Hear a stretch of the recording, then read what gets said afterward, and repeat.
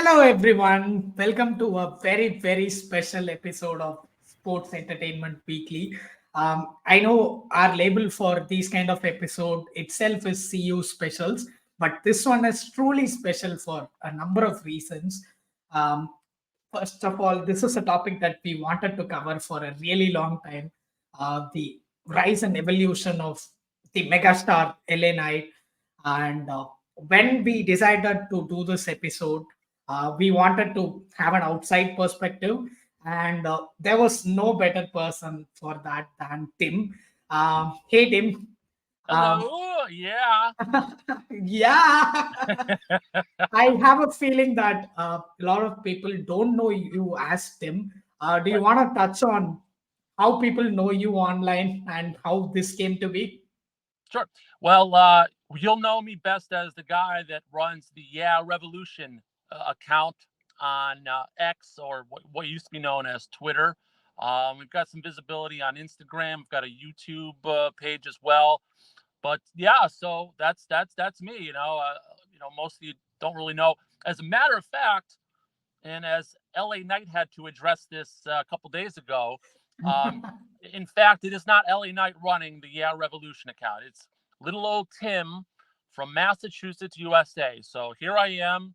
I'm here to talk about LA Knight. Here to talk about the rise of the Yeah Revolution. Again, we had called it the Yeah Movement for quite a while until the boss himself said, "No, no, I like. I'm not a huge fan of the movement because it's too close to the Yes movement with Brett, Daniel Bryan. So he like revolution. I like revolution. So it's now the Yeah Revolution. So here we go. Yeah. I have to say, your YouTube channel really helped us a lot in doing some of the more necessary research just to put together the slide deck which we have. So thanks for that as well. A Yeah. My lot of pleasure. material on Elenite. My Yeah. pleasure, man. It's been a Yeah. blast. Before we get into the episode, I think we all have you to thank for quite literally bringing LA Knight to our timelines, right? Particularly me and Candle for big time lurkers on WWE Twitter. And it would have been one thing to just see him on the screen, and yeah, this guy has got something. That's the sort of reaction you would have had for somebody like, say, even Grayson Waller.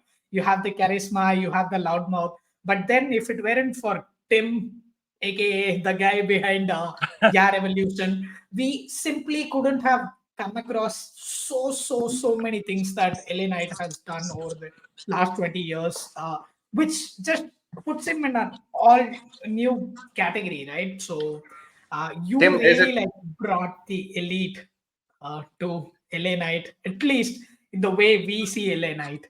Yes. So that was absolutely my. Tim? Is it just quickly? Is it going to be the Yeah Revolution, or is it evolving into something else? The Yeah Evolution, for so to Well, speak. look. I mean, it's the Yeah Revolution until LA Knight's at the very top. It's the Yeah Revolution until LA Knight, you know, is the WWE undisputed Universal Champion. It's the Yeah Revolution until LA Knight revolutionizes this business. And when we get to that point, we'll talk about what kind of name we'll have. But this really is, when you look at it, this is a revolution. This revolutionizes the business. It shows and it tells, hey, look, if you want to be a big name in this business, you don't have to go out there and have five-star Dave Meltzer matches every day. You don't have to kill yourself by putting yourself through a table every single match. You can do it by being yourself and turning that notch all volume up to 11, and just being yourself and developing a character, and making it get over. And that's the message here.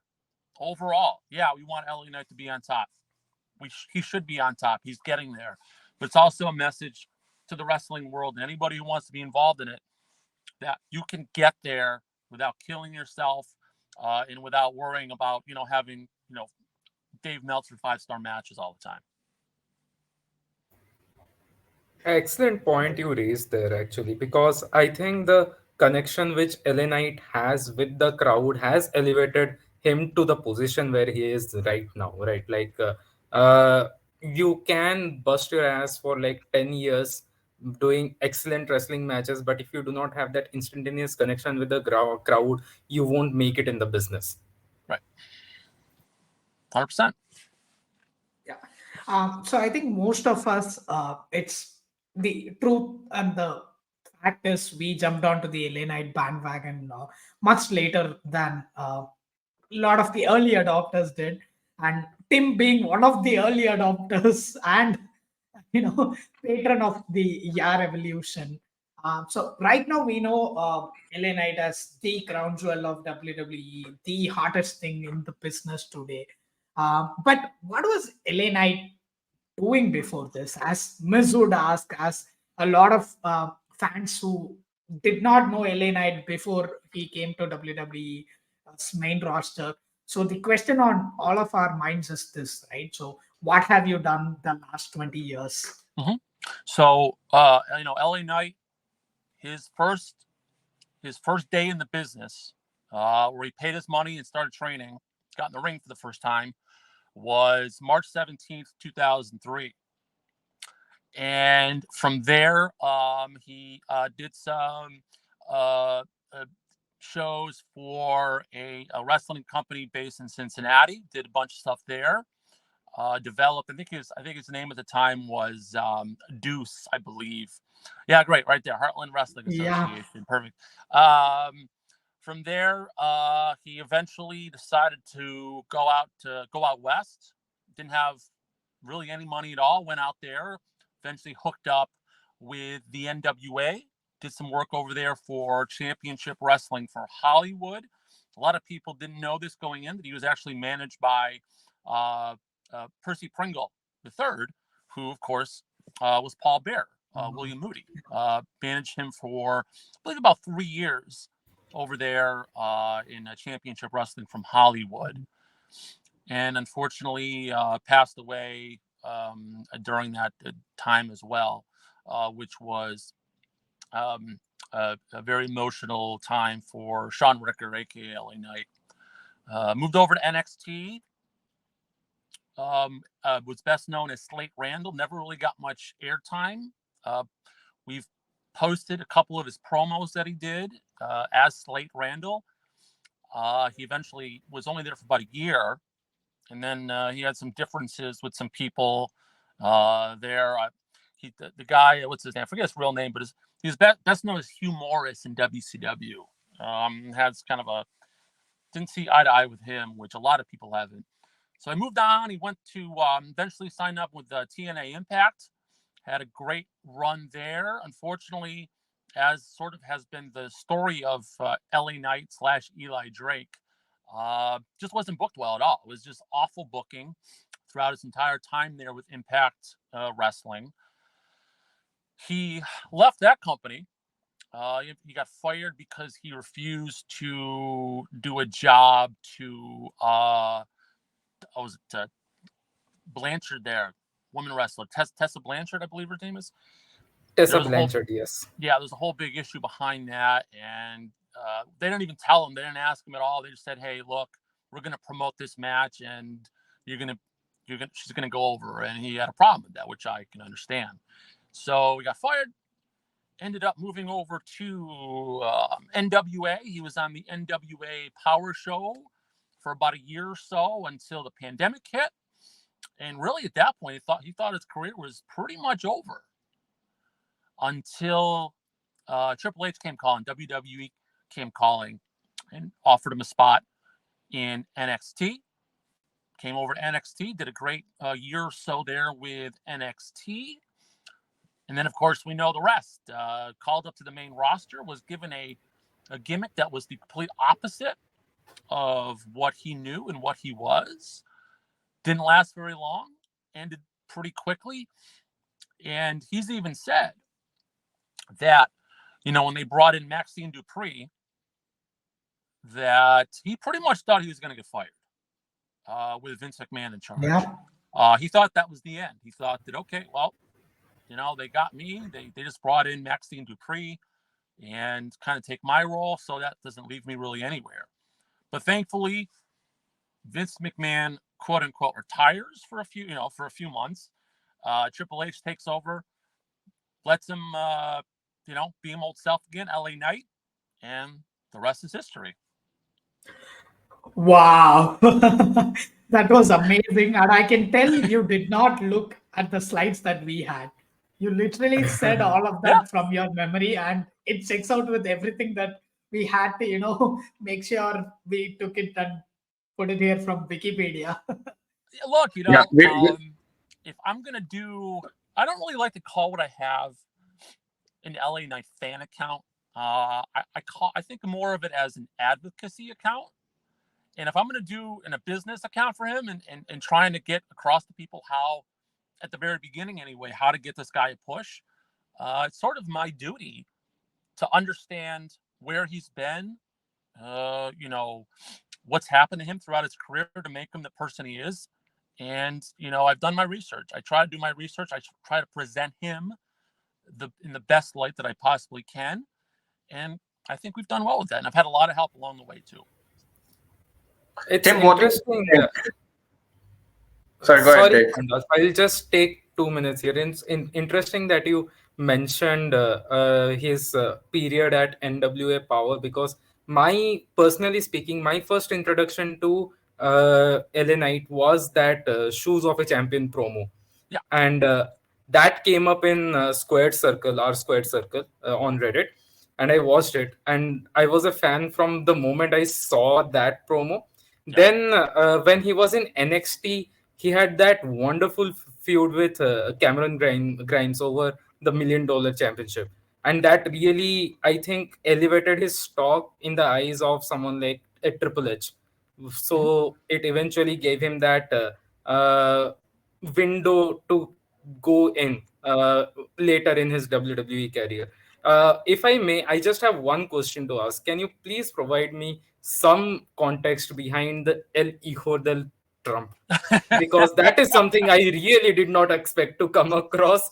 I was watching a random video. I see him in a white wig calling himself the son of Trump. It was very We might actually have the completely out picture, of the right? left field. Yeah. Do we have the picture somewhere here? Yeah, it's that one, the second row, third. So I can't speak to what his mindset was and why he decided to do that. I can only speculate. So, of course, El Hijo de Trump was a take on the now ex-president of the United States, Donald Trump. Now, at that time, I believe he was president of the United States, or was at least campaigning for it. Now, of course, he was doing a lot of that down in Mexico. And so how better to be heel in Mexico and to piss off, those people than to go down there and, do a take of Donald Trump, who, very famously wanted to put up the wall and keep all the Mexicans out and all that. So I can always speculate as to why he decided to do that. But yeah, it was very. It was, I've seen quite a few of those. I've seen a couple of those promos, and it was very very interesting to say the least. Well, yeah, that was his way of being a heel, and in Mexico, and I think he did a hell of a job of it. I'm not sure if we have all watched Friends and we are fans of it, but there is this one scene where Joey Tribbiani goes to submit an audition tape to Chandler Bing, and he says, I have done a lot of things. When I say everything, I mean everything. And Yeah. you find the most random clips in the audition tape, right? That is what came to my mind. Just look at there is absolutely no overlap between one thing and another. Guy's on Animal Planet, he's on a reality show with The Rock, has a cameo on a sitcom. Yep. Well, look, I mean, you have to remember too that even when he was wrestling in Hollywood, he didn't have any money. He wasn't making a lot of money. He was struggling to pay the rent. He was worried about getting evicted. So he did what he had to do to make some extra money. And like you've seen, he's gone out there. He was on that reality show with The Rock. I forget what it was called. Hero, I think it was called. So yeah, he's done a lot of different things. He got in like acting for a little while, and so he's done a lot of different things at that point. Really, just to kind of get by and pay the bills, so that he could continue following his dream of being a professional wrestler. But yeah, there was that time there. I think it was right after Money in the Bank where all this stuff came out because people started to look into his YouTube channel and all that. And yeah, he's done quite a bit of things, quite a few different things. Tim, just quickly on his career path and where he's right now. What do you think is the key reason for his success right now, or where he is at, uh, especially with respect to the fans?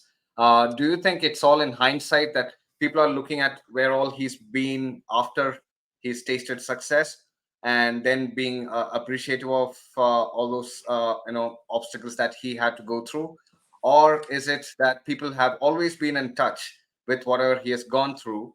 And now is the moment something clicked, some magic happened, and then there's a loud pop. So here's my thing. The vast majority of WWE fans had no idea who he was before he showed up as LA Knight.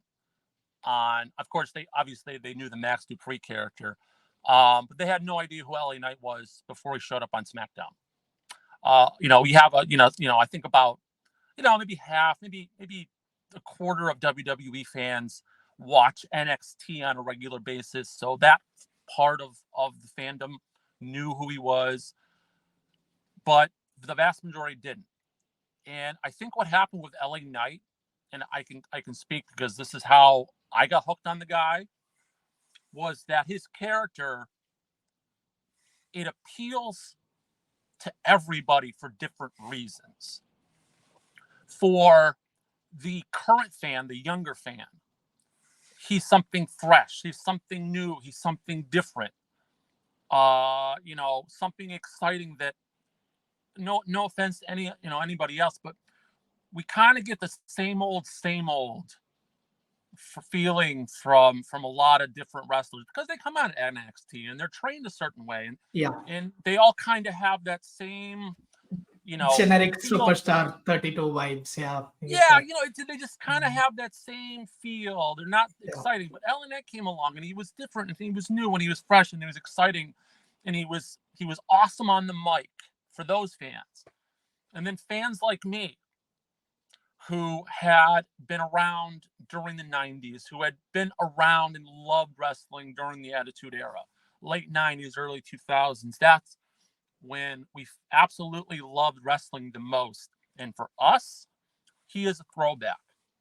He brings us back. He makes us remember the good old days, the exciting times in wrestling when we were kids and we loved it. He brings that back with his character. Portions and parts of his character remind us of the Stone Colds and the Rocks and guys from that era.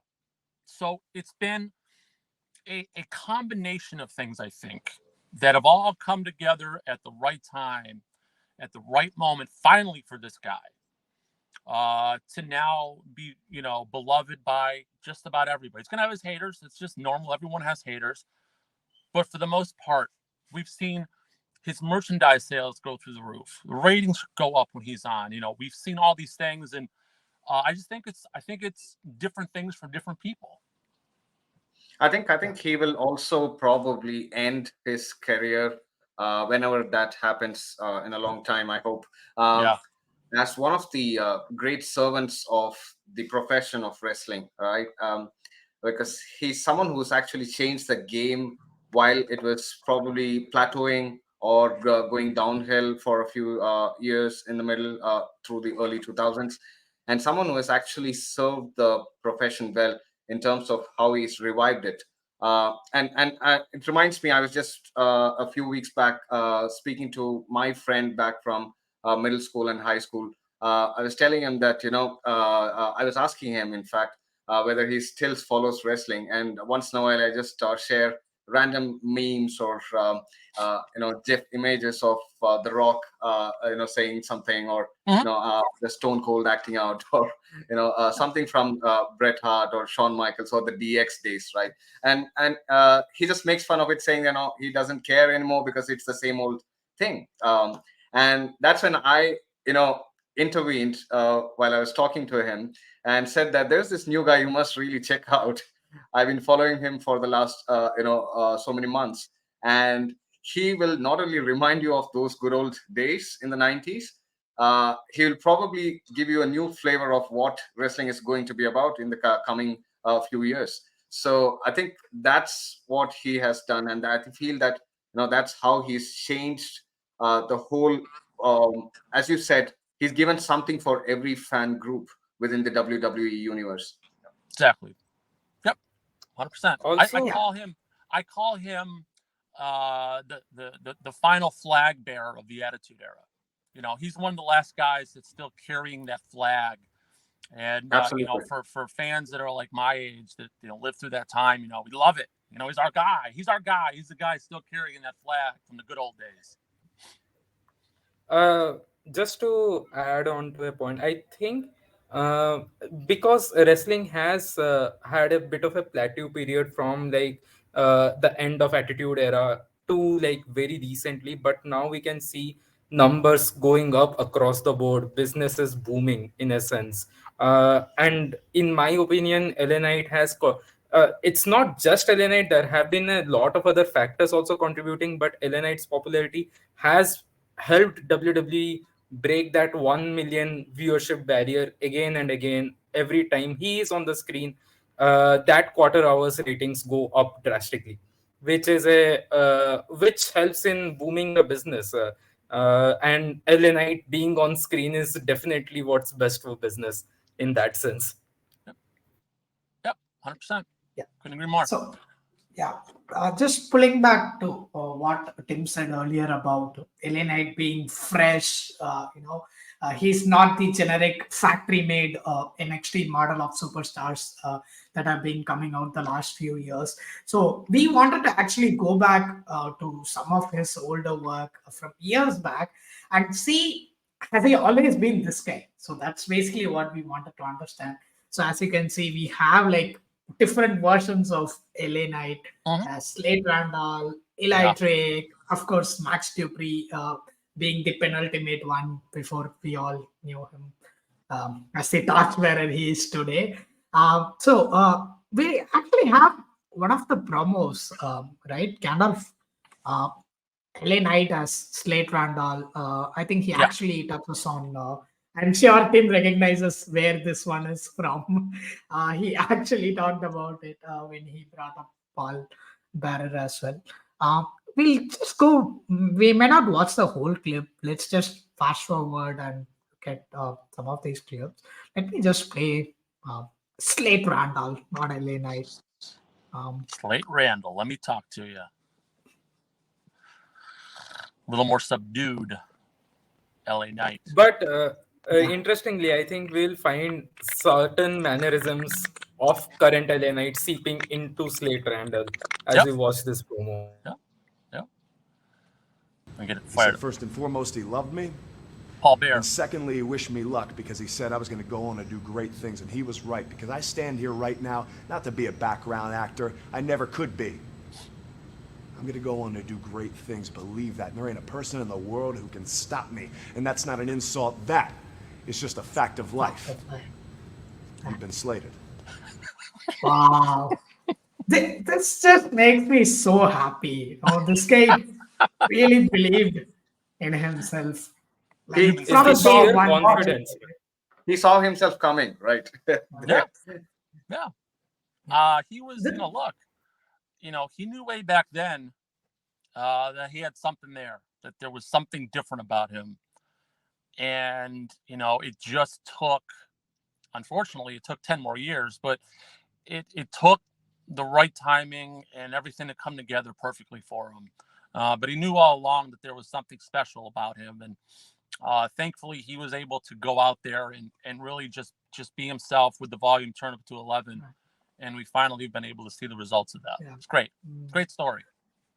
This reminds me of Mr. Beast. He has this video, Say Hi to Me, in I think it is 10 years or something. And he recorded that video a long time back. Nobody has watched the video. It's going to come out in a couple of years, at which point he's going to be the biggest thing on YouTube. I Right. see a lot of shades to that. Of course, Mr. Beast, people have very controversial opinion to a lot of things he does, but the greatness there again is undeniable. And to see Elena, actually, he manifested into the person that he wanted to be, and that's just so heartwarming. I Yep. think with that we'll move to one of his other, yeah. It's also the confidence which he has in the promo, right? You can see it on his face there, and Mm, that sort of confidence takes you a long way into life, no Hmm. matter the circumstances. Yep. Absolutely. Right. He's completely confident in who he is and what he's doing. And you have the only way that you can be any good is if you believe what you're saying. One of the I don't want to rip on Austin Theory too much, but the thing with Austin Theory, you look at the guy and you can tell he doesn't really believe what he's saying. With LA Knight, he believes what he's saying. He has that confidence, and he beams and exudes that confidence. Yeah, And it makes a huge difference to the audience because the audience can tell. They can tell. absolutely. I think it's a cliche, but if you look at their eyes, you can actually tell. Like Yeah. when Austin Theory speaks, you can actually say that he's smiling somewhere, breaking character. You can Yeah. probably see those things. Like they're fully not convinced that Right. they are that character. So Right. that's what differentiates LA Knight. Yeah, go for it's it. it's also the years of character work. Like it's not like so you can see shades of Ellen Knight in Eli Drake. You can see shades of Ellen Knight in someone like Slade Randall. So he has all the 20 years of character work he has done. You can see it now in Ellen Knight when he does a promo opposite of Roman Reigns, for example. Mm-hmm. yeah. Again, sorry to pull up one of the other yet another pop culture references, I should say. But again, this reminds me of this amazing movie, The Prestige. Right? I'm not sure if all of you have watched, but the premise is just two magicians acting out the entire life, right? And eh, when the secret comes out, I don't want to spoil the movie for anybody who hasn't watched. Everybody wonders how he actually pulled it off. But then turns out he would have been in character the entire time, even when he was not on stage, right? The only way it can be so good is to live out the character. And Elenite, he got to do that in shades when he was Eli Drake, when he was Slater and all. But now I think he's finally getting to be himself 100% the way that he wants to be. And then the magic just happens. It just flows. Right. Yeah. And it's funny because even when he was losing matches every week, I think it was 6 8 months ago, he was on SmackDown maybe a couple times a month, and he was still doing jobs to uh, you know uh, uh, Kofi Kingston and guys New Day, and even Baron though he was Corbin. losing every week, he was still building momentum. You could tell every week the crowd got more behind him and more behind him. So it really shows, that even if you only get a small amount on TV, a minute, 2 minutes, you have to make the most of that. You have to kill it. Those 2 minutes are on TV. And it was amazing to watch him, even though he was being booked to lose every week and wasn't Yeah. on WrestleMania and all this different stuff, Mm, that he was still able to get over more and more and more every week. You just don't see that. mm, You just don't see that. And it was an amazing thing to witness. yeah. Yeah, I think that's a hallmark character in all grades, right? So I think I recently read this somewhere. Tom Brady, he was initially really pissed off when he got like whatever the rugby version of 2 minutes on the screen is. And he was actually asked to go look at this psychological sports coach. And all that person said was, you know what? I understand, you're destined for great things. So you feel like you deserve more than that 2 minutes screen time on the field. But why don't you just make it a practice to go give it your 100% when you're actually in there for those 2 minutes? And You got we it. all know how it worked out for Brady. Yeah, you sure did. Hey, and I'm a Patriots fan too. So I was very fortunate that Tom Brady. I got to see his whole career as a Patriots fan, and Wow. oh yeah, he won us 6 Super Bowls. Correct. So yeah, I was trust me, I love Tom Brady, loved him. Yeah, I'm glad that I threw that one in then. I think we can relate to that. So coincidentally, myself, Dave, and Gandalf, we all happen to be big time Messi fans in football. Uh, who is literally the goat for football, and we got to see him week in and week out simply because we happen to follow Barcelona, Sure. right? So yeah. Speaking of Brady, Messi, champions, another one of LA Knight's classics, the Shoes of Champions promo. What's that sound like? Gold. Yeah.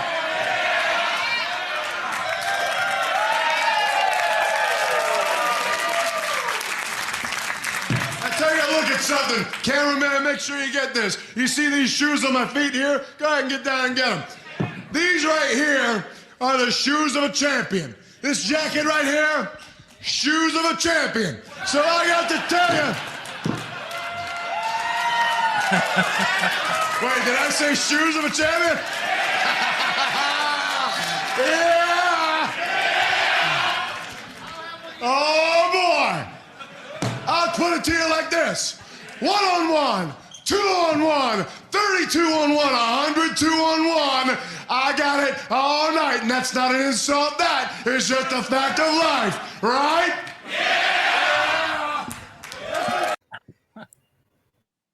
Classic. Insane promo, man. Like, it's insane to me. Another fact that they did not put the NWA World Championship on him at this point in time, because he was so clearly over with the crowd. Yeah, here's the thing, and if you kind of follow what was going on at NWA before then at the time, again, he was being booked really poorly. He was never even in the discussion on television for being NWA World Champion. It was almost by this point, it's almost like he had just kind of like threw his hands up and said, you know what, I just don't give a shit. Like, I'm just gonna go out there and do whatever and be myself and have fun. I believe, I could be wrong, I believe that was in December of 2019, and obviously before it was Christmas time, and that was just a few months before the pandemic hit. So that was pretty much the end of his run in NWA. I think, like I said, he maybe had like another month or two, but after that, the pandemic hit and wrestling was put on hold for the most part. And he pretty much thought his career was over at that point. He was at the point where it's like, well, you know what? Now we got this pandemic. NWA is pretty much, out of business for a while here. And, maybe it's time that I kind of maybe look at other things to do for a living. But fortunately, he was given that opportunity with NXT. He debuted on Valentine's Day, February 14th, 2021 for NXT, and the rest is history. But yeah, that time, again, that promo is very famous. But I think at that point, he was just fed up and really pissed off. And I think he just said the hell with it and just was having some fun. I mean, I don't know if he was drunk or not during that promo. It sure looked like it. If he wasn't, he did a hell of a job acting. But yeah, that was one of those promos that'll go down in history. Great stuff. So, Tim, one more fun fact that Dave and Gandalf at this point are a little tired about me is I'm a huge Punka maniac. I love CM Punk. I love everything that he does. We're going to touch on this later, of course. But this reminds me of CM Punk in the summer of 2011, right? When he was absolutely fed up with how things were going, and he was actually ready to walk away, when his contract expired around the Money in the Bank time. And he did not give a shit about what he was saying, how people perceived him, what the folks in the backstage thought of him. and we saw some of the best wrestling work during that period by anyone in any promotion, and we knew how it turned out, right? Yeah, that's. I'm just kind of I saying can that. almost No, I can Yeah. actually do a small comparison here. Like CM Punk during the end of his contract, they really did not give a shit, and he almost forced WWE to sign him to a new contract just on the basis of the pipe bomb and the subsequent matches with Cena. This particular promo sort of put Eli Drake on the map in the eyes of international wrestling community to such an extent that. Triple H hired him for NXT, even when, like Tim was saying, he thought that he was going out of work and leaving the wrestling business. That's sort of a place when a wrestler goes, "Ki, okay, I don't care. I'm just going to be myself." Brings sort of sometimes brings out their most authentic self, and that actually makes them connect easier with the audience and in connect with other promoters who might be watching it. Absolutely.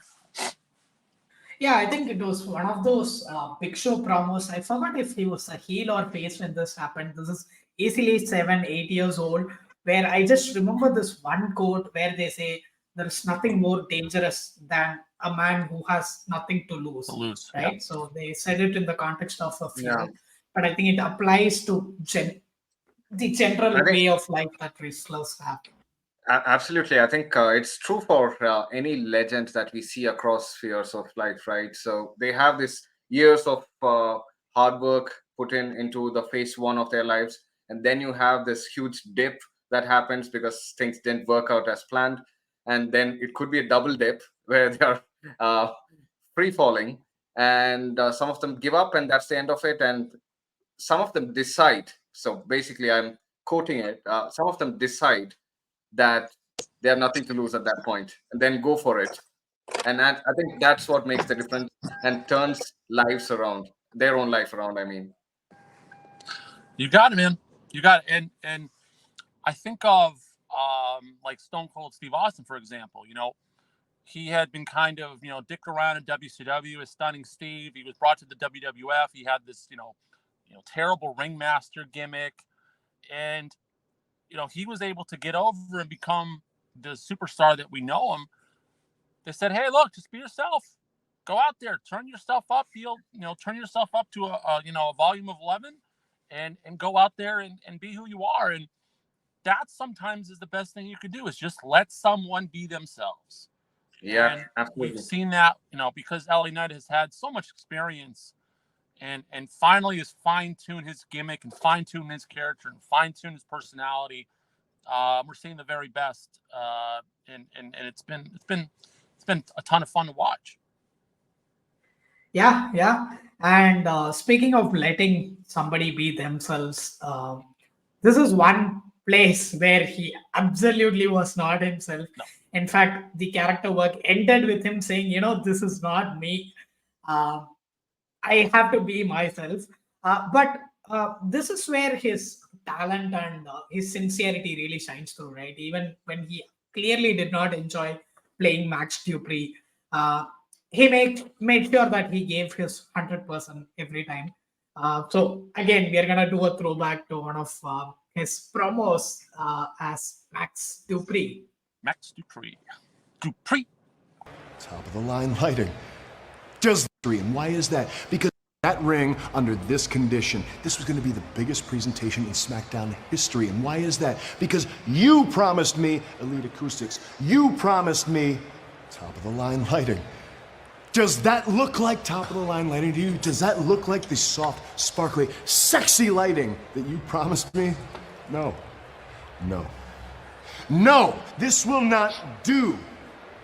You will not see their beautiful faces, their hard bodies until you fix this, and fix this you will. Otherwise, you will be depriving the world of their looks, and you will fail to titillate the juices of their guilty pleasure.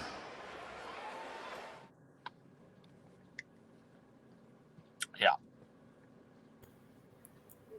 Do you think Max Dupree, had the character continued for some time, do you think or and had they allowed them to allowed him to actually wrestle, because this was more of a managerial role, right? So had he been allowed to wrestle, do you think this character could have become something like LA Knight, or No, could he have worked on this character more in no. that Look, sense?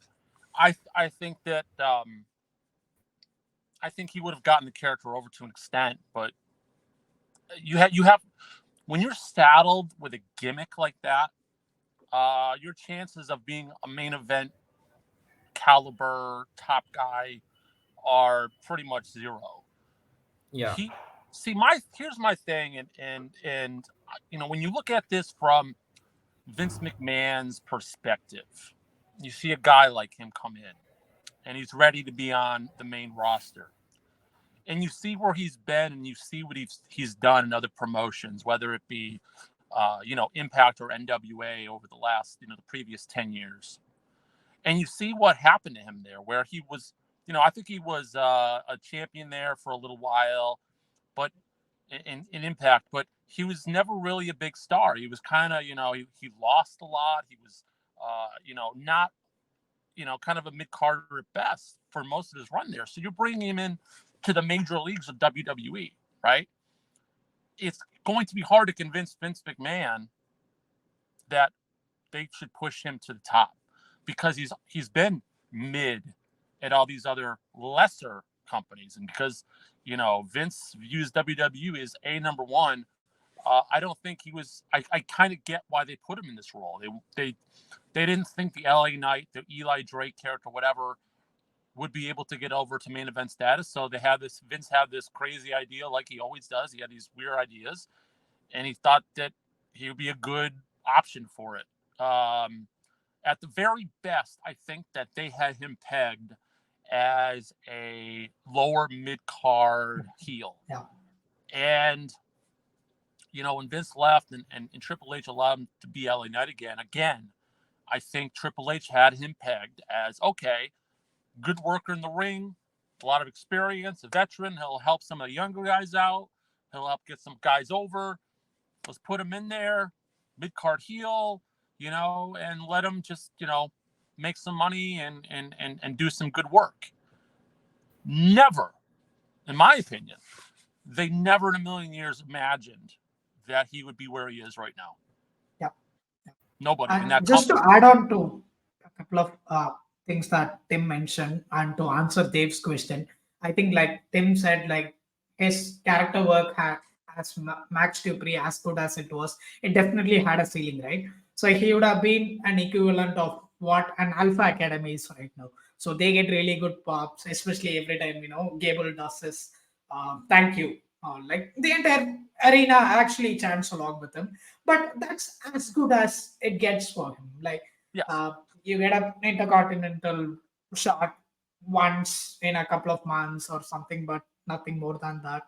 And again, like Tim said, nobody thought he would become what he did, right? So I think Triple H's vision for him would have been something like, what Karen Cross is trying to be, like a cocky mid card heel. Like it'd be a really good challenge, but eventually the good guys are gonna, stomp and move on. Like how somebody like a Seth Rollins or a Cody would face before their ultimate matchup. But I think the And Evolution.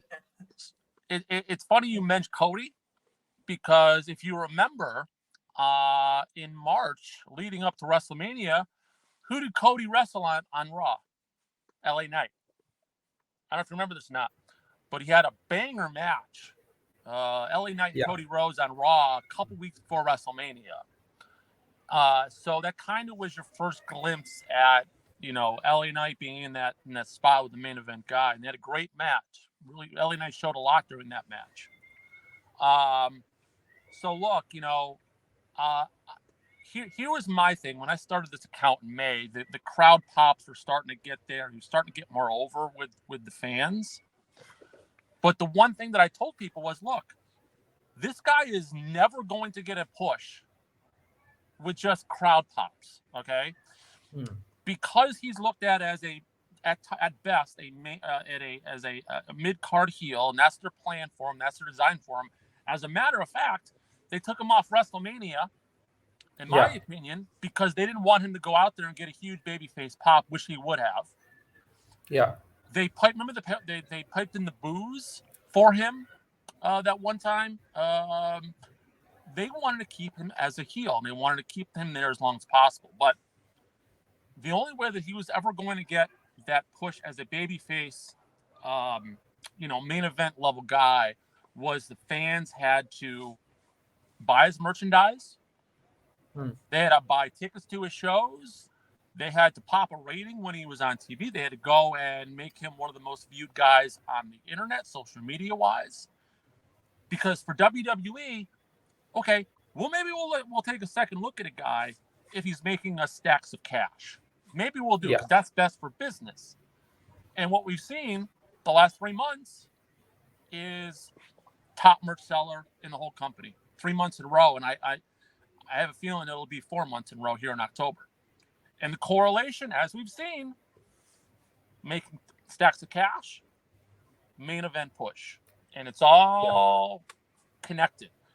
So if he continues to get those merch sales and he continues to get those ticket sales and ratings and media views, and it's only going to get bigger because I promise you this guy is going to start seeping into the mainstream pop culture. We've already started to see it happen a little bit. So if that continues, he gets bigger and bigger. I could see him, a main eventing WrestleMania. I think that's very much a possibility. So it's going to be a lot of fun. Interesting, because just to touch on what Chris said, you have to give a lot of credit here to Triple H as well. Even though I agree with Tim that they had him pegged as this lower mid card heel, the first feud back for Bray Wyatt, they trusted LA Knight with it. Because, like Tim said, Triple H saw him as this very experienced hand in the ring who has had 20 years of experience, and they were like, okay, this guy is going to re-elevate Bray Wyatt to that level. But the feud ended up happening in a way which elevated LA Knight to the next level. So not their desired result, but it worked out for the AR evolution, so to speak. Yes, it did. 100%. So that finally brings us to LA Knight as we know him today. Before we play the video for this one, do you want to guess where it's from? Do I want to guess where it's from? Yeah, we are gonna play the video. The exact moment LA Knight arrived. I know exactly where I know exactly where that's from. That is from Washington, D.C., where he was going to be put in, I believe it was a four-way match for the Intercontinental Championship. Drew McIntyre and Sheamus are in the ring, and here comes LA Knight. Amazing. I can tell. That is absolutely look, amazing. And now pay attention to this clip. I don't know how much of it you're going to play, but pay attention to what Drew McIntyre and Sheamus do during his promo. Yeah, they look at each other. Yeah, go absolutely. All right. I think this is the one, right? Okay. Do we have that video, Andy? Yep, it's on. Yeah, this much. This is it. To realize, and some noise from me, but this is really loud now. Back in March, we were in DC. Sheamus and Drew were in the ring, and then all of a sudden, that music hit, and I walked out, and I remember it just kind of hit me, and I was like, "That's different." Oh yes, Cole! The megastar's in town.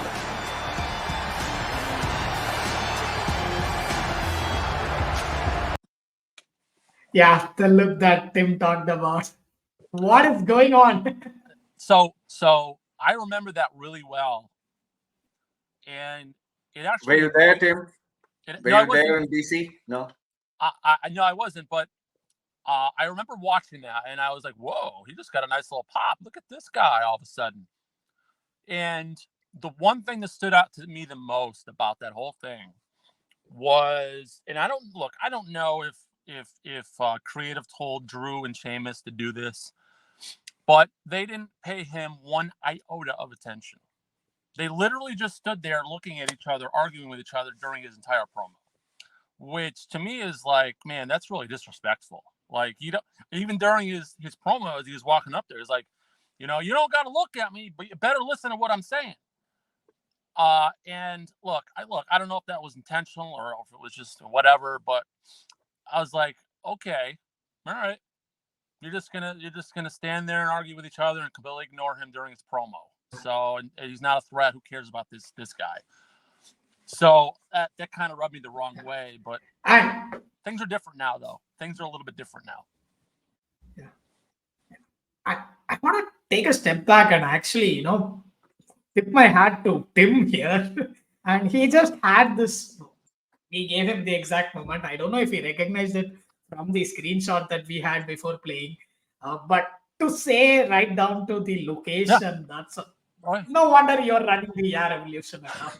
And no wonder people get confused if it's actually LA Knight, because you just seem to know about him just as much as he does about him at this point.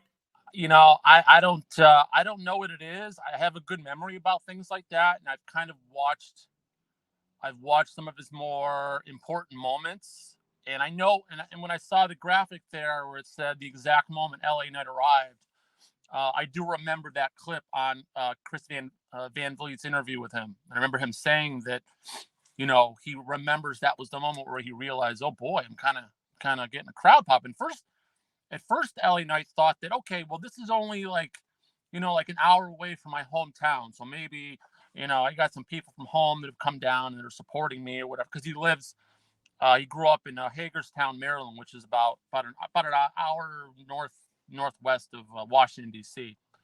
So yeah, I'll admit that's one of the reasons I knew where he was, because I remember it looked like that clip, and I remember he said that's where he thought he arrived. So, oh yeah, I remember it well. Right. I think Gandalf and they will get this. This is a cricket reference. So we have one of the all-time greats in cricket. His name is Glenn McGrath. He's from Australia, and he's like one of the greatest bowlers ever to have graced the cricket pitch. And he has this uncanny ability. Like, you could just ask him, "Hey, guy has like 500 plus wickets of different scalps," and you could ask him, "Hey, tell me about your wicket number 432," and he'll be like, "Yeah, this was against this opposition this year, this venue, and this is the guy that I got out." And doing that with LA Knight reminded me of Glenn McGrath. Yeah. I'm not into baseball much, but Tim, just for reference, a wicket is something like a strike. I mean, close to that, yeah, something like that, yeah. So. I'm a little familiar with cricket, a little bit. It looks like a fun sport. It's kind of like baseball here in the States, but yeah. It's like baseball, but it's at 0.25x speed. So yes, yeah. The long game. Yeah. All right. What do we have here? Yeah, the head I of think the table. Yeah, the new head of the table. I loved this promo, by the way. I absolutely loved this promo because of the presentation. Him going and sitting at the head of the table, not caring about the entire long procession which the bloodline does with its entrance, interrupting the entrance, then going and sitting at the head of the table. You can see the character work reflecting in his actions, which is something I really love seeing in the screen. Yep. And it makes me, I couldn't be happier with the way that Triple H has booked all this and booked him. They have booked him to look so strong. Yeah. All the way since really after Money in the Bank. They have made him look really, and I kind of thought this was going to happen. but he has looked so strong in every single segment for the most part. Every feud he's had, he looks strong. He looks like a believable main event championship contender now. Yeah. Whereas a few months ago, you never would have thought that. So they've done a great job of making his character look great. I have no complaints whatsoever. One question here, Tim. Do you agree? Because there was a huge groundswell of support for LA Knight to win the Money in the Bank briefcase, and people were actively campaigning that LA Knight should win the Money in the Bank. Do you think that booking choice of him not winning the Money in the Bank at that point was the right choice, right decision, in hindsight, so to speak? So here's my thing about booking decisions. Now, of course, at the time, if you're an LA Knight fan, you want him to win Money in the Bank. And of course, if Yeah. you're an LA Knight fan, you're going to be disappointed that he didn't, Yeah. because he's been sort of up until that point, he had been, again, booked poorly. He had looked weak in the ring. He hadn't won a lot of matches. Even the matches he won were very cheap. He looked weak. So yes, of course, you want him to win Money in the Bank. However, I'm a big believer in giving a booking decision a month or two before you really look back and say, was that a good decision Yeah. or was it a bad decision? Because you have to see what happens as a result of that booking decision. And as we've seen, him not winning Money in the Bank was a fantastic decision for LA Knight's character. How can you argue? It's funny, but even though he didn't win the briefcase, he's gonna, more than likely, it looks like he's gonna get that title shot for Damian Priest does, who won it. So it Yeah, worked out I great. mean, this was one of the moments where it was very clear that I and a lot of us fans were wrong not to trust Triple H and WWE to do their job. I know historically, like, we know where we are coming from, but how I think Roman Reigns said this, right? So people want fast food, and we are cooking filet mignon here, and it's gonna take time. But when it's done, it's gonna be delicious. And at that point, you had every reason to be distrustful of Triple H booking of LA Knight. You had every reason to be worried about that. You had every reason to. But for me now, as I've looked back over, let's see, it was August. It's been 4 months now since Money in the Bank. Everything that I have seen from Triple H as far as booking LA Knight has been very, very strong and very, very positive. So at this point, I trust Triple H and I trust WWE that they're going to do what they think is best for his character and for the future of LA Knight. They've earned that trust from me now. Until something changes or something different happens, no matter what happens at Crown Jewel on Saturday, I trust that decision, and I trust that it's going to be beneficial for LA Knight in the long run. Absolutely. I think speaking of long run and LA Knight's future, I also feel that WWE, in hindsight, is making the right decisions, because in such success stories, pacing the story is really important. And I feel that, how soon is too soon is something which is very key to pacing the whole wrestler's career across. And if he achieves peak, where do we take LA Knight from here? Is the question probably WWE is trying to address when making each booking. So, let's assume that if he wins Crown Jewel, where does he go from there? Probably, WrestleMania, highlight events and other things from there. And then where from there? Here, or does he move from here to Hollywood, follow the paths that The Rock and John Cena and others, Batista and others took. So, is pacing an important part of booking, is something probably we can probably think of when we are trying to look at whether WWE is making the right booking decisions. Yeah, sure. So, as far as the Hollywood thing and acting thing is, I think any wrestler, I don't care who you are, you're going to choose Hollywood and acting over wrestling. You know, people can get mad at The Rock, or they can get angry at John Cena. Oh, he's going to go back to acting. He doesn't. Well, anybody would do that. You kidding me? You're talking about a lot more money for a lot less physical activity and a lot more exposure.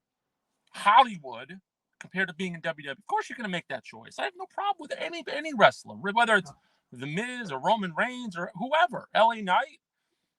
I would hope that he want to make that decision for his future. If at some point he was able to move on from wrestling and move to Hollywood or acting or something, absolutely, 100% go for it. So here's my theory about what's next for LA Knight. I actually mentioned this a few months ago, and I didn't see how they were going to do it. I was hoping they would, but I didn't see how. But now, I think the opportunity is there, and I think that's what they're going to do. I believe he's going to be put into a anti-authority angle, and I think that Nick Aldis is going to be that anti-authority figure, or that authority figure for LA Knight. I don't think there's any. It is the perfect program for somebody with LA Knight's background and in character. He is the perfect example of somebody who has been held down his entire career to get to the very top. So he's already anti-authority. He's already, anti-establishment. You bring in Nick Aldis, who is a great heel, who has done some programs with LA Knight down at NWA. I don't think there's any doubt that we're going to have LA Knight. He's going to get screwed over, or something's going to happen with Nick Aldis, and they're gonna get into a little bit of a squabble. And I don't know if maybe WrestleMania it'll be Nick Aldis and LA Knight. But that's where we're headed. I just don't see I don't see anything else that makes sense right now. I think that's the way to go. Since Just you brought to give it a up, little bit more I'm just context. jumping the sequence. I'm sorry, I'm just jumping the sequence since you brought it up, Tim. Yeah, sure. You brought anti-authority, so we just want to get into what he's actually, what is our prediction for LA Knight from here. Yeah. And going against the authority establishment, it so very much reminds us of the days of Steve Austin, the Texas Rattlesnake. Are we going to see it again? Or to an extent, the later versions of The Rock or others. So probably, yeah. So we had our predictions as well. Chris, Where is CM Punk's name? But you're talking about anti-authority, and how dare you leave out I know, right? my demigod's name? Chris, what's your fantasy booking for LA Knight? Maybe 1 second. Maybe I propose this. We will tell our fantasy booking decisions. Maybe Tim can rate it out of 10 or something like that. Yeah, I think I want to play that game. I'm sure I'm gonna ace this because we practically had the same booking decision here. That's funny. Yeah. I think people watching this on video would see it. When you were the second you said Nick Aldis, I had the same look that Drew and Sheamus had for that pop, right? So I guess I'll go first for that reason, and I think this is just my Punk fanboys obviously oozing through. I lived through. For me, that's still the golden era of wrestling. Like, given my background and my demographic, right? I think I was at the perfect time when I watched Punk come through the ranks, and I think LA Knight, we'll probably get to it where we want to touch on decoding their whole LA Knight CR evolution. But I see a lot of CM Punk shades in LA Knight, being anti-authoritative, big part of that, right? And I will actually go on to say that Nick Aldis is gonna screw over LA Knight, possibly at Groundswell itself, because they have exhausted pretty much every other possibility of Roman Reigns, having his heel win. Like, he has done a low blow, he has had the entire bloodline interfere. I don't think Fatu is ready yet. Like, the next cousin is still not around the corner to come and cost the opposite wrestler a match. So I have a feeling it might be Nick Aldis, although it might be too early too. But I want to think that Nick Aldis is gonna screw over, and the justification is, hey, it's something that ties down to what Roman Reigns said in the contract signing, right? You think this is just about a match? Being a champion means so much more. You have to do appearances. You have to go headline, the Tonight Show. And Nick Aldis would feel that Roman Reigns is still the guy, and he does not want LA Knight to be the poster boy of WWE and SmackDown Yeah, at this point. sure. That's very possible. I just think it's a no-brainer. I think that it's a perfect setup. LA Knight's entire career has set up an anti-authority angle of some kind perfectly. So I think it's too good not to do. Yeah, Uh, my prediction I for him was very close as well. I was just trying to look at, I was basically looking for stable for LA Knight, where he would head the stable. It would be an anti-establishment stable, like the DX or something like that, or a crazy one, like a bunch of really good talking folks, like Miz and him and everyone put together. So I was just going wild with my prediction on that. Sure. The only thing I would say about that is I don't think LA Knight. I think he's a loner. Maybe sometime in the future, Yeah, a year or two from now, maybe something like that could happen. Uh, but it would be like, and again, I hate comparing him to Austin, but it's like imagine Austin having a stable back in the day. It just wouldn't have made sense. yeah, So I think that absolutely. Yeah, yeah, I think LA Knight is really a loner, and I think that that's what his character is best for. So for the time being, yeah, I think he'll be a man unto himself. makes sense.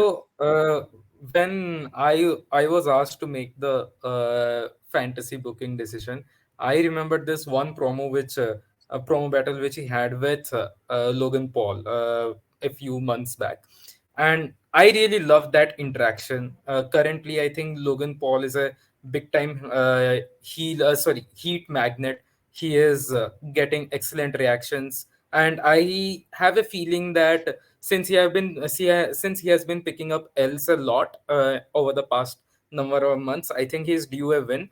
So if I were the making the booking decision, I would put him over Rey Mysterio, make him win the US title, and maybe if we are considering Roman Reigns beats LA Knight at Crown Jewel, maybe there is a pivot there and a money match there where you can pit uh, Logan Paul versus LA Knight, have their Megastar promo versus battles, and Megastar match. yeah, exactly. It's a very it's a setup for a great story. They can even extend it of all the way until WrestleMania if they want to. So it's a money match. I Even if it does not happen immediately, I hope we get to see this match eventually, because just the promos are going to be absolutely killer between the two. Yeah, I would agree with that. I think that's a very good possibility that they're gonna. I'll put it this way: Logan Paul wants to work with him. He's even said it that he would love to work with LA Knight. And like you said, I think they'd have some great promo battles. They're both great on the mic. They're both great at what they do as far as on the mic is concerned. Logan Paul obviously puts on great matches. He's not a guy that is there to be like a full-time wrestler, but yeah. So you can put him on, put him in the Royal Rumble or put him at WrestleMania with LA Knight. Yeah, I could see that. I wouldn't have a problem with that. I think that'd be a good move, and I think it's going to happen eventually. Yeah. I agree with that. Yeah, I think that brings us to regarding the year evolution. I think we have touched on this a lot actually throughout the course of this conversation. But what do each one of us believe like makes him stand out from the rest, right? And we have a few Uh, names like we see the parallels. Yeah, they. if I can put this question in a better way, we have seen people get extremely over with WWE crowds before as well. Like you have your Daniel Bryan's and CM Punk's and Kofi Kingston, but they had to bust their ass for a long period of time to get to that point. Daniel Bryan had to work his ass off for like 6 years consecutively for him to get his yes movement. CM Punk had to have that incredible promo after which he became widely famous. Kofi Kingston, more than 10 years in the WWE system, busting his ass to get to Kofi Mania. The rise which we are seeing of LA Knight is something unprecedented for that reason, because he is getting his ER revolution within less than a year almost. Even when Stone Cold Steve Austin got popular, it wasn't even immediately after the Austin 316 promo. It was actually after the WrestleMania match against Bret Hart with the double turn which happened. That put him on the map almost. So even he had to struggle for a good while before forming that connection with the crowd. So we are trying to understand what sort of it's like LA Knight has a rocket on him, and he has been launched into the stratosphere within like 8 months of him becoming LA Knight once again in WWE.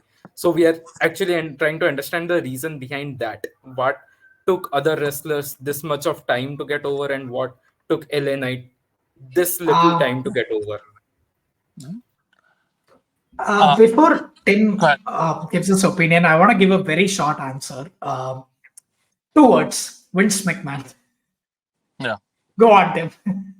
No, look, I think I touched on this a little bit earlier, but the reason why he has gotten over as hot as he has, again, is that he means a lot for a couple different reasons to everybody. For older fans, he is that literally that revolution from back in the day that's now inserted itself into present day WWE. Like I said, he's kind of the last flag bearer of the Attitude Era in that way. So I think for fans of my age, older fans that remember that time, they want more of him. They wanted more of him, and he was being held down for all those months. And all of a sudden now we've seen that explosion, because now, that fan base is really excited for that. And then, of course, like I said, the other side of the aisle, the younger fans, is something new and fresh and exciting and different. And I just think we've been waiting for someone like this to come along for a very long time. Just everything in that package that he has, we want to see more of. We love seeing it. We love when we hear that music hit. It's just that perfect storm that has happened to come together, that has made this happen so quickly. And I think it shows that, the real hunger for that kind of a wrestler to come along again that we've had. And now that he's here, people are loving every second. So yeah, you're right. It is unprecedented what we're seeing. We've never seen anything quite like this with this revolution. And it's going to be a real fun to watch and see how it unfolds from here on out. I see a lot of great big things happening. A lot of big things. It's inevitable to not touch on this when we are talking about LA Knight. We know who he reminds us of the most, more than any other superstar from the Attitude Era. So I'm going to play this one common criticism. So anybody who criticizes LA Knight, including Kevin Nash, God, yeah, I mean, yeah. as a Punk fan, you know how I feel about Kevin Nash already, but I'm still going to play, because if anybody ever had a criticism on LA Knight, it's just this, right? Logan Paul. Okay, LA Knight. There he is. Go back. Yeah, LA Knight. Okay, LA Knight. Am I the only one that sees like an absolute ripoff of The Rock? Yes. To the point where he cut the promo on Logan Paul or whatever his name is. He said, stick it out. The only thing he didn't do was turn him sideways. Does everybody have amnesia? There's nothing original. Oh, man, his promos. I see the eyebrow, I'll tell you that.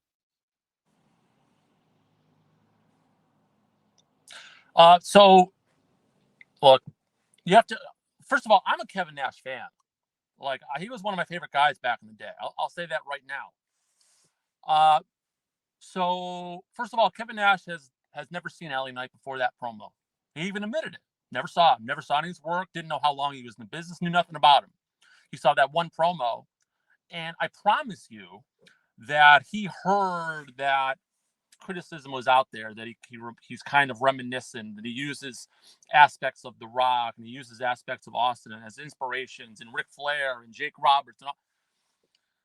Kevin Nash is out for clicks and views. Kevin Nash is out for his own best interest, and he knew that if he goes out there and blasts LA Knight and buries LA Knight, guess what's going to happen? People are going to talk about him. People are going to talk about his podcast. People are going to watch his podcast. And what happened? That's exactly what happened, right? So, look, I don't know if Kevin Nash really feels that way. I have doubts about that because every single wrestler, no matter who you are, no matter what you've done, they take inspiration from those who have been successful. I mean, do we really have? I mean, look at Ric Flair. Ric Flair stole someone's gimmick, the whole thing, the Nature Boy, the whole robes and all of it. He stole it. He called it, oh yeah, I was paying tribute to Buddy Rose. No. Okay, like, come on. Superstar Billy Graham, right? Yeah, exactly. Hogan with Billy Graham, right? Like, it's just, This is what you do. You, as Ellen and I grew up, he had his favorites, right? He's my age. So his favorites were The Rock and Austin and Flair. And he took what they did really, really well, and he used that as inspiration for what he does. So look, that's going to be the attack on LA Knight from people that don't like him for whatever reason. There are people out there who don't like him. That's going to be the attack line. Is, he's just a ripoff of the Attitude Era and The Rock and Austin. Fine, let him say that. But who's making the most money for the company right now? Who's got the biggest merchandise sales in the company right now? Right? That's all you got to say. And What's what everybody's saying? So I don't care. Yeah. Nobody can hate. They can say what they want. I don't care. Because he is Absolutely. being unbelievably successful. He is igniting a passion for wrestling in thousands and thousands of people that have stopped watching wrestling or pretty much stopped watching, or they're watching casually, that are now invested again because of him. So again, I like Kevin Nash. Yeah. I love Kevin Nash. I loved him back in the day. But I just think that's a case of trying to get publicity and views and clicks for his podcast. I think that's all that is. Yeah, the fact that we took so many names of names of so many superstars during this conversation means that he's not a ripoff of any single person. He's just inspired by the whole of all of the goodness of the Attitude Era and what came after that, and just probably presented it all at once in the form of LA Knight, and that's probably what took fans by storm. One of my favorite things about LA Knight, when he gets really serious in his promos, and he talked about how Jake the Snake Roberts was an inspiration of him, and I see that, man. When he cuts a promo that's really serious, oh man, it's great, and that inspiration, because no one cut a better heel promo than Jake the Snake Roberts, and you can see that when LA Knight gives one of those real serious promos. So nothing wrong with taking a little inspiration from here, there, wherever, from guys who made a lot of money in this business, and using that to make yourself better. I don't see anything wrong with it whatsoever. And since we have Kevin Nash saying that, I just also suddenly flashed in my head. I sometimes get reminded of Scott Hall, Razor Ramon, in terms of the swagger that LA Knight has, in terms of the walk, or there's something about him that reminds you of Razor Ramon as well. I mean, I'm just going back to Kevin Nash's own partner during those days. Yeah. No question. So I have two things to add to this. One is, if it were so easy, why didn't anybody else do it in the last 10 years? It took Roman Reigns, what, 7, 8 years and 20 gimmick changes to arrive at the head of the table, right? And number two, oh my God, Kevin Nash, I thought he was dead. LOL. Yeah, Um, I have a soft spot in my heart for Kevin Nash. Again, he's had a rough couple years too. Obviously Scott Hall passing away, they were really close. That was tough for him. But he also lost his son, I think, a year ago.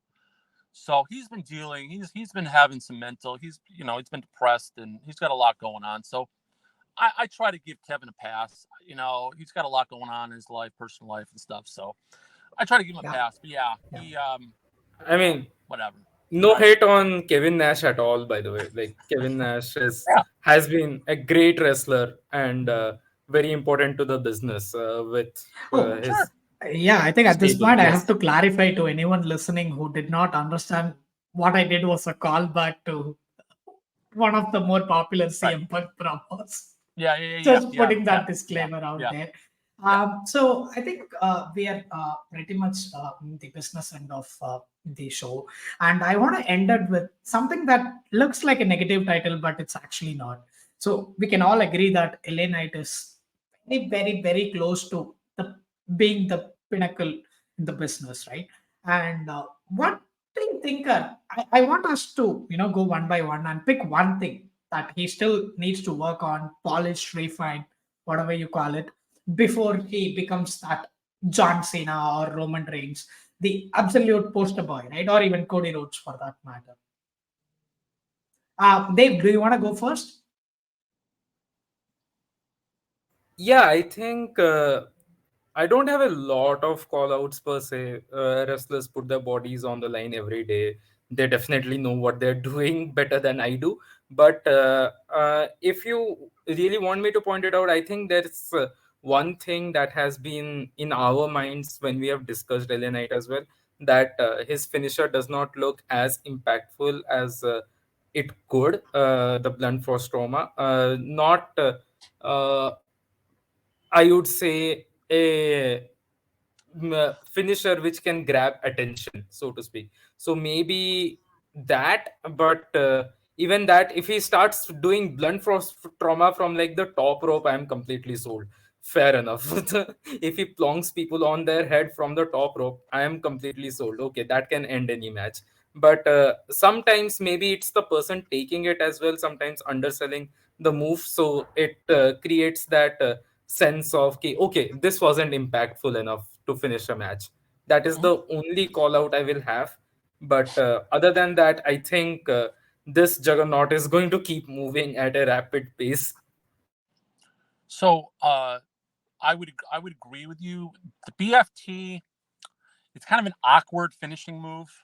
It has gotten better, as you've noticed, as he does it more. It looks better, but it's one of those moves that has to be sold right, and if it's not sold properly, it looks like shit. So yeah, I mean, look, that's you know, it's questionable. Is it a great finishing move? It's fine. If I were to give, my thing would be this: is what is going to happen a year from now? What The only way that LA Knight's going to get to that point is if he evolves. And he's had this sort of LA Knight, Eli Drake, the catchphrases and all that stuff. That's been pretty much him for the last 10 years. How is his character going to evolve? How is he going to be different a year from now than he is right now? How is he going to keep fresh and new and exciting? Because you look back at all the greats and they've all changed, whether it's Hogan, Sting, Rock, Austin. They've all changed their characters up at some point to remain fresh and exciting and new. So I think that'll be the ultimate challenge for him, is that when this current incarnation of LA Knight starts to become stale, will he be able to evolve and do different things to keep it fresh? That's going to be what will set him, what will help him not just go from, megastar. It'll help him go to the point where he's one of those guys on that very, small list of, Mount Rushmore type world champions. That's going to be what will determine that. Is can he evolve? Mhm. Tim, I think I would actually slightly disagree with you here. One, I see another person who's actually the poster boy who's going through that right now in that evolution, which is Roman Reigns. So the bloodline, the head of the table, it's working to perfection, but nobody has any clue on how we are gonna take him from there, right? I also feel that's one of the stronger reasons why WWE continues to stretch him out, because what do you do with a guy who has been champion for 1,000+ days, right? So I think WWE, when the road comes, will figure out a way to do that. And the evolution, maybe I'm just looking at people in their peaks here, but if you take John Cena or The Rock, they've all been the same. You can see me or Rock with his catchphrases and his, Stonewall Jackson, whatever he calls his penis. They have been the same people for however long we can remember. Or, see, of course, the GOAT, Undertaker, right? Maybe it feels a little weird because for each of the other superstars, we saw their evolution on screens in the main roster, and then they got to their best version and stuck with it. But with LA Knight, like the experimented happened behind the scenes. We could possibly be seeing the best version of LA Knight that's already there. We just arrived at it faster because of how it's getting played out in the main roster and main event scene. Mm-hmm. That's fair. Yeah, somewhere I also believe that it need not change. I think he's the best version of himself right now, and he doesn't need someone of his charisma or personality or character right now. He doesn't need another gimmick to actually move into the next or phase or evolve. He probably or needs to just show up. Yeah, yeah, or he can take your advice, do a heel turn and put a stable behind him as the years roll on and win the championship and keep it. Yeah, look, I'm not saying that he has to completely change his character. I'm just saying he's going to have to evolve. We talk about the Undertaker. Undertaker evolved. Undertaker has dead man, then all of a sudden he was a biker, right? Yeah. The Rock evolved. He was a little bit different. He was the baby face, then he was the corporate champion, then he was the people's champion, then he was Hollywood Rock. So I'm talking about slight Yeah. variations in the character. I'm not talking about a whole new gimmick. I'm talking about just variations, and so that'll be the challenge. Will he be able to keep it fresh into the future? And we'll see. I think he will. So let's end this with predictions. Anybody actually, I know we are all here because we are all LA Knight fanatics, but is anybody giving a chance for LA Knight at Crown Jewel? No. No. I Simply don't because, think LA Knight will make it this time, but I do think that LA Knight would be the one to dethrone Roman Reigns at some Ah, stage. I still think it uh, would be Cody. yeah, I also do. The one reason why I don't think that they will make Roman drop the championship here is because I don't think they want Roman to drop the championship outside US or outside of a WrestleMania main event. I think whenever that championship reign ends, it will be at a WrestleMania main event. It just makes more sense in that way. I agree with that. And the way this was kind of just thrown together, LA Knight, Roman Reigns, a few weeks of build up. I think they did it for oh wow, LA Knight's going to go for the championship. Roman Reigns, make it a big event. Like they consider their Saudi shows as sort of WrestleMania level events. So I get why they did it. I also think it's a test. I think it's an audition for LA Knight to see how he does in this role. And I think it's very possible he could be the guy to knock off Roman Reigns at WrestleMania. It all comes down to will he be a bigger star than Cody Rhodes? And will LA Knight make more money for WWE as the main event as opposed to Cody Rhodes? I think that's what it boils down to, in my opinion. So we'll see. We'll see. But no, he's not going to win the championship. He might win the match. He might win by like DQ or something or count out. But he's not walking away with the championship. All right. Thank you so much, Tim. Tim, do you have any closing thoughts? And do you want to just sign it off for us with everybody saying LA Knight? Yeah. Look, man, I just want to say, I've had a blast doing this. I've had a ton of fun. I appreciate everyone out there, you guys included, for supporting our account. If you're not following us, head over to X, formerly known as Twitter. Follow us at @movement_. We've also got some stuff going on. We have an Instagram page, we have a YouTube page, and we also are a proud affiliate of the WWE shop. So you can buy some merch from WWE, and you can help us out at the same time. You can head over to our X account page to find the link for that. Really appreciate it, guys. Thanks so much for having me on.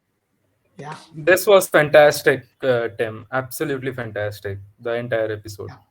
Yeah, we loved your anecdotes, the perspectives, and whatever the world wanted to know about LA Knight. Hopefully, got covered in the last 60 minutes plus, or maybe 90 minutes, I would think. Yeah, thank you so much, Tim.